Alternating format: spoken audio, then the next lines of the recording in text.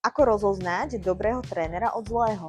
Podľa mňa je tam jedna taká základná vec a to je, keď neberie ohľad na individuálnosť klienta.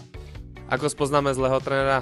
Napríklad, že sa nevzdeláva, alebo že nedáva dostatočnú pozornosť tomu klientovi, že ho neopravuje pri rôznych cvičeniach, keď ten klient robí to zle a dáva väčšiu pozornosť svojmu telefónu ako svojmu klientovi.